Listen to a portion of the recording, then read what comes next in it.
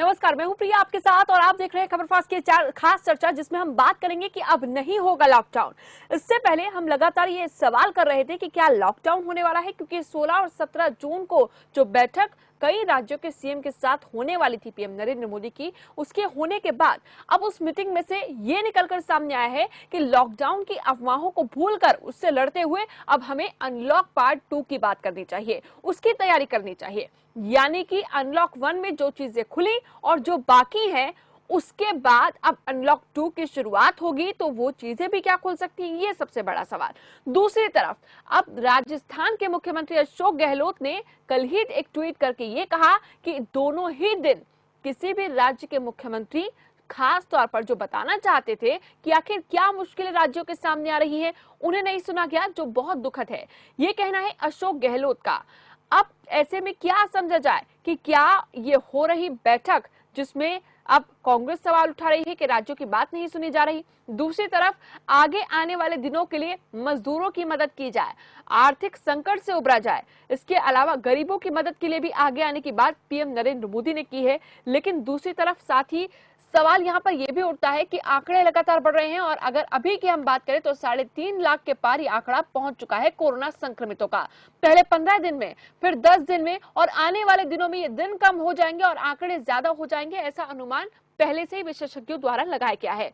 अब हम आपको ग्राफिक्स के जरिए समझाते हैं कि जो बैठक है उसमें क्या कुछ निकला, क्या कुछ कहा गया, और इसके साथ ही आंकड़ों का जो खेल है वो भी आपको समझाने की कोशिश करेंगे। 2 दिन तक मुख्यमंत्रियों के साथ पीएम का महामंथन हुआ, जिसमें तमाम चीजें निकलकर सामने आई हैं। इसके साथ ही 6 बार मुख्यमंत्रियों के साथ बैठक भी पीएम नरेंद्र मोदी कर चुके हैं। कल और परसों, यानी कि जो 2 दिन थे, उसमें छठी बैठक थी। राज्यों को बुनियादी ढांचे को मजबूत करने की जरूरत है, ये कहा गया है पीएम नरेंद्र मोदी की ओर से।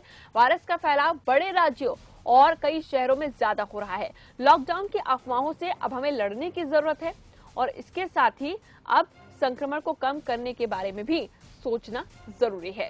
लेकिन उसके लिए क्या हथियार होगा, ये जानना बेहद जरूरी हो जाता है। लोगों को नुकसान की कम से कम आशंका रहे, पाबंदियों में ढील हो, अर्थव्यवस्था के पटरी पर लौटने का संकेत भी दिया गया है। भीड़, सामाजिक दूरी के नियम का पालन करना बहुत जरूरी है। पूरे देश में रोजाना टेस्ट जो है उसकी क्षमता बढ़ाने पर भी जोर दिया जाए। मरीजों का पता लगाने और अलग रखने की उनको जरूरत है। साथ ही 900 से ज्यादा कोविड-19 जांच प्रयोगशालाएं अब तक देश में स्थापित हो चुकी हैं। अब क्या खुल सकता है, ये सबसे बड़ा सवाल है। क्या मेट्रो, स्कूल, कॉलेज ये सब खुल सकते हैं? सिनेमा हॉल क्या खुल सकते हैं?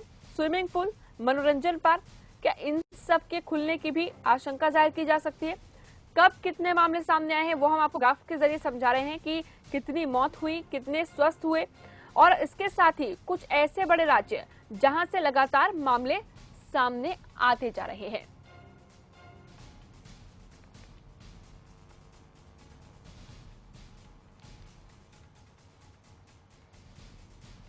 तो फिलहाल देखिए, आज हम बात कर रहे हैं कि अब नहीं होगा लॉकडाउन, और ये पूरी तरह से आपसे जुड़ा हुआ मामला है। इसके साथ ही संक्रमण से पूरी तरह से जुड़ा हुआ मामला है, और इसके साथ जब हम बात करते हैं जान और जहान की, यानी कि अर्थव्यवस्था को पटरी पर लाने की, तो उससे जुड़ा हुआ भी ये मामला है। लेकिन बहुत सारे ऐसे लोग हैं जिनका ये मानना है कि लॉकडाउन फिर से हो जाना चाहिए, क्योंकि आंकड़े लगातार बढ़ रहे हैं। तो वहीं कुछ लोगों का ये मानना है कि लॉकडाउन इसका हल नहीं हो सकता। लेकिन अब जो चीजें निकलकर सामने आ रही हैं, खास तौर पर उसमें ये कहा जा रहा है कि अब जब लॉकडाउन नहीं होगा तो आने वाले दिनों में हालात किस कदर होंगे, स्वास्थ्य सुविधाओं पर किस तरह से नजर बनाई जाएगी, क्या आम व्यक्ति जो इस वक्त डरा हुआ है उसके विचारों को लेकर कोई नजर बनाए हुए है कि आखिर वो क्या सोच रहा है कि मुझे बाहर जाना है, मुझे काम भी करना है, लेकिन अगर मुझे गलती से कोरोना हो गया तो मैं किस दरवाजे पर वहां जाकर इलाज की गुहार लगाऊंगा। इस वक्त सीमा गिल जी हमारे साथ जुड़े हैं, एग्जीक्यूटिव एडिटर है हमारी। सीमा गिल जी, सबसे पहले मैं आप ही के पास आऊंगी और उसके बाद हमारे साथ जो बाकी मेहमान जुड़े हैं, क्योंकि चंद्रमोहन शर्मा कांग्रेस से हमारे साथ जुड़ रहे हैं और खेमचंद शर्मा बीजेपी से हमारे साथ जुड़े हैं, मैं आप दोनों के पास आऊंगी। लेकिन सीमा गिल जी, सबसे बड़ी बात यहाँ पर यह है कि अब लॉकडाउन नहीं होगा, इसको लेकर पीएम नरेंद्र मोदी ने क्लियर कर दिया है कि जो अफवाहें हैं उससे भी हमें लड़ना होगा और अब हमें सोचना होगा कि आने वाले दिनों में अनलॉक 2 की तैयारी कैसे करनी है। बिल्कुल प्रिया, देखिए जिस तरीके से अर्थव्यवस्था की हालात हैं देश में, क्योंकि हमारे अर्थव्यवस्था काफी डाउन चली गई है पिछले 3 महीने में। तो उसको लेके सरकार बेहद चिंतित है। और सरकार क्या, मुझे लगता है कि हर आम आदमी से लेके खास आदमी तक हर कोई चिंतित है कि सबके हाथ में रोजगार वापस किस तरीके से मुहैया हो। तो उसको लेके सरकार अपनी प्लानिंग कर रही है। और जिस तरीके से पीएम नरेंद्र मोदी जी ने कल रखी है बात की, आप लॉकडाउन की बात भूल जाइए, आप अनलॉक की बात कीजिए। तो हम अनलॉक को कैसे सक्सेस करें, इस पे फोकस करना चाहिए। ये बड़ी सकारात्मक पहल है और एक बड़ा स्ट्रॉन्ग मैसेज पीएम की तरफ से देश को दिया गया है। मुझे लगता है इस पर हमें समझने की जरूरत है थोड़ा डिटेल में कि अभी जिस तरीके से हालात हैं देश में आर्थिक रूप से, और ऊपर से जो चाइना के साथ में जो इशू डेवलप हो गए हैं, उससे हमारे लिए बेहद जरूरी है कि हम अपने देश को कोरोना की लड़ाई के साथ साथ इस तरह की अगर कोई भी परिस्थिति हमारे देश के साथ डेवलप होती है इंटरनेशनल लेवल पे, तो हम उसके लिए अपने को तैयार करें। उसके लिए बेहद जरूरी है कि हम आर्थिक तौर से ज्यादा मजबूत हों ताकि किसी भी परिस्थिति में हम लड़ने के लिए तैयार रहें। अब इस पे प्लान आगे का क्या होगा, रणनीति कैसे बनाई जाएगी, किस किस लेवल पे कैसे कैसे लड़ा जाएगा, वो सरकार और राज्य सरकारों के बीच का मामला है। मुझे लगता है कि इसमें लेकिन सबसे ज्यादा जरूरी जो है, कल की मीटिंग के बाद मुझे लगता है एक स्ट्रॉन्ग मैसेज नेशनल लेवल पे भी और इंटरनेशनल लेवल पे भी देश को ये देना चाहिए कि हम केंद्र सरकार और राज्य सरकार एक साथ मिलकर इस मुद्दे पर अब एक सुर में बोलना है हमें और एक ही रास्ते पर चलना है, एक टारगेट सेट करना है। उसमें केंद्र सरकार के साथ राज्य सरकारें कंधे से कंधा मिलाकर चले, ना कि जो कॉन्फ्लिक्ट जो पिछले 2 महीने में हमने नोटिस किया कि केंद्र सरकार और राज्य सरकारों के बीच में जो दिखाई दे रहा है, मैं उम्मीद करती हूँ कि वो अब आगे दिखाई नहीं दे। खेमचंद शर्मा जी बीजेपी से हमारे साथ जुड़े हुए हैं। खेमचंद शर्मा जी, स्वागत है आपका। और सवाल सबसे बड़ा यही है कि जब आगे की तैयारी आपने कर ली है, तो क्या पिछले दिनों की समीक्षा भी की गई कि अनलॉक 1 के बाद कितनी तेजी से मामले बढ़े हैं? देखिए, अभी केंद्र सरकार पूरी तरीके से तैयार है और जनता भी तैयार है। जनता में भी अवेयरनेस है कि क्या करना चाहिए, क्या नहीं करना चाहिए। उनको पूरी उम्मीद है। अब जो मामले बढ़ रहे हैं उसका जो एक आप ट्रेंड देखेंगे वो अभी बढ़ रहा है, लेकिन जल्दी वो कम होना शुरू हो जाएगा। और सबसे अच्छी बात है कि इस समय एज अ टीम इंडिया काम कर रहे हैं सभी सीएम और पीएम मिलके। और जहाँ पे भी मदद की जरूरत है, जैसे दिल्ली में मदद की जरूरत थी, तो माननीय अमित शाह जी जो गृह मंत्री हैं, उन्होंने आके इंटरवेन किया। उन्होंने जो भी मदद की जरूरत थी वो देने की कोशिश की, हॉस्पिटल में विजिट किया और यहाँ के जो गृह सचिव हैं उनको आज्ञा दी कि भाई आप जो सीसीटीवी कैमरे कोविड पेशेंट्स के वार्ड में होने चाहिए, डॉक्टर्स को जो सुविधा होनी चाहिए वो तुरंत देने की कोशिश करें। ठीक है, तो राजधानी में आपने नजर बनाए रखी, लेकिन बाकी राज्यों के क्या हाल है? और खास तौर पर जब हम सूरत देखते हैं स्वास्थ्य सुविधाओं की, उस पर कैसे नजर बनाए रखेंगे? क्योंकि अनलॉक 2 शुरू होगा, इसका मतलब और भी चीजें खुल जाएंगी। नहीं, ऐसा नहीं। और भी चीजें मेरे को लगता नहीं है कि स्कूल या फिर जो पब्लिक गैदरिंग है उसको अभी परमिशन दिया जाएगा। लेकिन हाँ, उद्योग धंधे ताकि इकोनॉमी भी पटरी पे आ सके, उसमें जरूर कुछ और छूट दी जा सकती है। लेकिन केंद्र सरकार राज्यों के साथ मिलकर, मुख्यमंत्रियों के साथ मिलकर, आपने देखा होगा कल की मीटिंग का मतलब ही ये था कि टीम इंडिया रिव्यू कर रही है, साथ में एक दूसरे की प्रॉब्लम को शेयर कर रही है। जिस भी राज्य को जो भी मदद चाहिए उसको केंद्र देने की कोशिश कर रहा है, या राज्य अपनी जो प्रॉब्लम्स हैं उसको केंद्र के साथ शेयर कर रहा है। और as a united as a country हम लोग इस समस्या से निजात पाने की कोशिश कर रहे हैं। किस तरह से निजात पाया जा रहा है, ये बड़ा सवाल है। क्योंकि राजस्थान के मुख्यमंत्री अशोक गहलोत, देखिए मैं इस वक्त चंद्रमोहन शर्मा जी के पास पहुंच रही हूँ, कांग्रेस से हमारे साथ जुड़े हुए हैं, स्वागत है आपका। सवाल ये है कि अशोक गहलोत का कहना है कि हमारी जो परेशानियां हैं उसको नहीं सुना जा रहा। क्या सिर्फ ऐसा कांग्रेस शासित राज्यों के साथ हो रहा है, क्योंकि बाकी मुख्यमंत्रियों का तो ऐसा कोई बयान नहीं सामने आया? खेमचंद जी देखिए, माफ कीजिएगा चंद्रमोहन जी, कांग्रेस के नेता खेमचंद जी, मैं आती हूँ आपके पास। मैं चंद्रमोहन जी से सवाल कर रही हूँ। चंद्रमोहन शर्मा जी, अशोक गहलोत का ये कहना है, राजस्थान के मुख्यमंत्री, राजस्थान टॉप कर रहा है इस वक्त अगर कोरोना की लड़ाई की मैं बात करूं, और क्या सिर्फ कांग्रेस शासित राज्यों को दिक्कतें हो रही, क्योंकि सिर्फ अशोक गहलोत का ये बयान सामने आया है? फिलहाल संपर्क नहीं हो पा रहा है। लेकिन खेमचंद शर्मा जी, ये सवाल केंद्र सरकार पर उठता है कि राज्यों की मुश्किलों पर कोई बात नहीं हो रही है। नहीं, केंद्र पे सवाल उठने से पहले जो व्यक्ति सवाल कर रहा है उस पर सवाल उठता है कि उनकी खुद की क्या तैयारी थी। क्या वो वास्तव में केंद्र से मदद मांग रहे हैं, वो मदद नहीं मिल रही है, या सिर्फ वो राजनीति कर रहे हैं, या सिर्फ अपने जो उनका आप कह सकते हैं फेल्योर है उसको ढकने के लिए वो जनता को गुमराह कर रहे हैं। लेकिन खेमचंद शर्मा जी, आप भी जानते हैं कि राजस्थान से इस वक्त बाकी राज्यों को सीखने की आवश्यकता, ये कहा गया है बार बार, टॉप कर रहा है इस वक्त राजस्थान, और राजस्थान की सरकार ये कह रही है कि केंद्र सरकार हमारी मुश्किलों को नहीं सुन रही है। इस मीटिंग में बेहद दुखद ये पर रहा कि किसी भी तरह की परेशानियों को नहीं सुना गया, उस पर चर्चा नहीं हुई। ये बिल्कुल गलत आरोप है। मैं आपको बता दूं, अगर राजस्थान ने कुछ जगह जैसे भीलवाड़ा में वहाँ की जो लोकल एडमिनिस्ट्रेशन ने अच्छा काम किया तो पीएम ने उसको सराहा भी, लेकिन इसका मतलब ये नहीं कि राजस्थान की सरकार बहुत अच्छा काम करी। राजस्थान की सरकार ने बहुत अच्छी तैयारी की हुई थी। राजस्थान की सरकार, आप सभी जानते हैं किस तरीके से जो मजदूरों के मुद्दे पे वो फेल्योर रहे, किस तरीके से उन्होंने जो तैयारी हॉस्पिटल्स में तैयारी करनी थी उसमें फेल्योर रहे। लेकिन केंद्र सरकार इस समय सभी राज्य सरकारों को जो भी मदद चाहिए, अगर उनको ट्रेन के डब्बे चाहिए आइसोलेशन वार्ड के तौर पे तो वो भी प्रोवाइड किए जा रहे हैं, अगर उनको इक्विपमेंट चाहिए तो वो भी प्रोवाइड किए जा रहे हैं। केंद्र की टीमें सभी राज्यों को भेजी जा रही हैं जहाँ पे भी मदद की जरूरत है। लेकिन मेरे को लगता है क्योंकि राजस्थान के मुख्यमंत्री गांधी फैमिली के बहुत लोगों में डर क्यों है फैमिली इस समय सिर्फ और सिर्फ खेमचंद शर्मा जी, देखिए लोगों से जुड़ा हुआ ये मुद्दा है, क्योंकि लोग ये समझने की कोशिश कर रहे थे कि इन 2 दिन की मीटिंग के बाद क्या निकल कर सामने आएगा, क्या फिर से लॉकडाउन तो नहीं लग जाएगा 18 तारीख से, और ये अफवाह बहुत तेजी से फैल रही थी। लेकिन अब जब ये कहा जा रहा है कि अब अनलॉक 2 की शुरुआत होगी और लॉकडाउन को तो हमें सिरे से भूल जाना चाहिए, तो लोगों में जो डर है वो क्यों है? देखो, लोगों में डर इसलिए है क्योंकि ये महामारी अभी काफी तेजी से फैली है। लेकिन मैं आपको आपके टीवी के माध्यम से सभी जनता को ये बता देना चाहता हूँ कि अभी जो सरकार की तैयारियां हैं वो बहुत अच्छी हैं।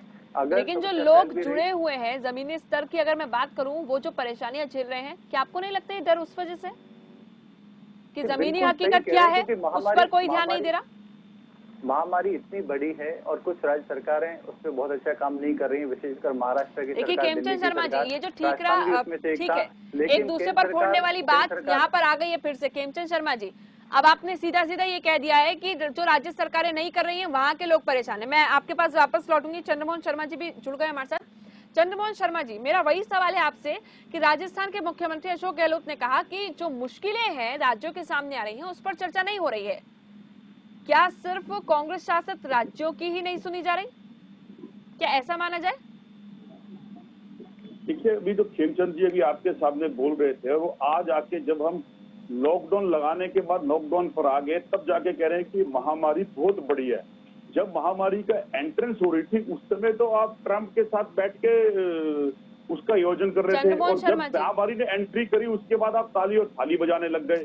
आज आपको पता चलने लगा है जब देश के अंदर इस महामारी ने अपना प्रकोप बढ़ा दिया है। चंद्रमोहन शर्मा जी, मुझे ये बताइए, खेमचंद शर्मा जी, मैं आपके पास लौटूंगी, ठीक है। चंद्रमोहन शर्मा जी, जो मैंने सवाल किया है उसका जवाब दीजिए, उसका जवाब दीजिए जो मैंने सवाल किया है। आप सवाल बोलिए ना, मेरे को सवाल सुनाई नहीं दिया आपका, बोलिए सवाल दोबारा। चंद्रमोहन शर्मा जी, सवाल मेरा ये है कि अशोक गहलोत यानी कि राजस्थान के मुख्यमंत्री ये कह रहे हैं जो मुश्किलें सामने आ रही राज्यों के सामने उसे नहीं सुना जा रहा, तो क्या सिर्फ कांग्रेस शासित राज्यों में मुश्किलें आ रही हैं जिन्हें नहीं सुना जा रहा? देखिए, ये चीज तो मैं आपसे पहले भी एक बार आपके डिबेट में बैठूं, मैंने बोला है कि आज देश के अंदर जो सरकार सत्तारूढ़ है उसने सरकार वर्सेस स्टेट कर दिया है, जबकि महामारी के अंदर 135 करोड़ जनमानस को जो बीमारी है वो किसी तरह की पार्टी विभाग में नहीं बटा हुआ है। लेकिन चंद्रमोहन शर्मा जी करती है किसी भी स्टेट के अंदर, अगर उसकी और भी राज्यों में तो क्यों ऐसा नहीं है कि बीजेपी की सरकार है सब राज्यों में। प्रिया जी, मैं बोल रहा हूँ बीजेपी शासित राज्य के अंदर जेडीयू ने भी इन पे प्रश्न चिन्ह करा। जब आप जेडीयू को आप लीजिए, जेडीयू ने सबसे पहले प्रश्न चिन्ह करने के अंदर सबसे आगे रही। जब उस प्रवासी मजदूरों और स्टूडेंट्स को बुलाने की बात हुई थी तो इनके अलायंस पार्टी जेडीयू ने सबसे पहले इन पे प्रश्न चिन्ह खड़ा करा था कि अगर ये योजना बनानी थी तो सिर्फ यूपी के लिए क्यों और स्टेट के लिए क्यों नहीं करनी चाहिए थी। तो कहीं ना कहीं इनके मन में किसी भी कार्य को करने के लिए खोट रहता है। अब खेमचंद जी ने जो बात बोली, आप समझिए कि खेमचंद भी जब कभी पहले बैठते हैं बात करते थे तो वो उसी लॉकडाउन को बहुत अच्छा बोलते थे, और आज कह रहे हैं महामारी बहुत बड़ी हो गई है। ये बात तो हमारे राहुल गांधी जी पहले से ही कह रहे थे कि ये बहुत बड़े रूप के अंदर बन के आ रही है, तो उस समय आप उनका प्रयास उड़ा रहे थे। क्यों नहीं आपने विपक्ष के एक मजबूत नेता की बात को ध्यान देके क्यों नहीं उसकी तरफ कदम उठाने की कोशिश करी? आपको हमेशा अपने थिंक टैंक के ऊपर चलते हुए आपका जो मीडिया सेल है उसका मजाक उड़ाने की आदत है। आज महामारी के ऊपर सबको साथ लेके जब आप आज बैठे हो, आप जागे तो हो, कहते ना कि वो देर से जागे सनम तो फिर क्या जागे, जब सब कुछ गवा दिया तो फिर क्या पाया।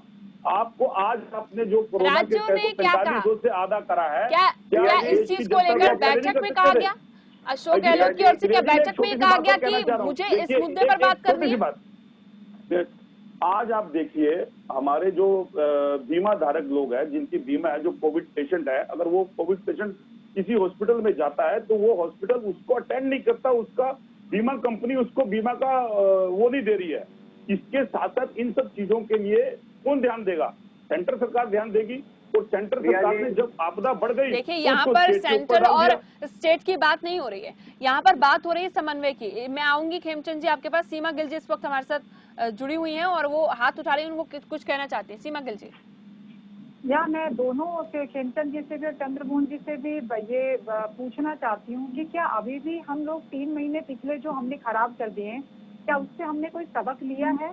आज भी हम केंद्र सरकार और राज्य सरकार, कांग्रेस और बीजेपी में फंसे हुए, क्या अभी ये वक्त नहीं है कि हम पार्टी से ऊपर उठ के देश के बारे में सोचें, जनता के बारे में सोचें, क्या सॉल्यूशन निकल सकते हैं हम उससे बात करें, रेदर देन कि हम एक दूसरे पे ब्लेम गेम करें?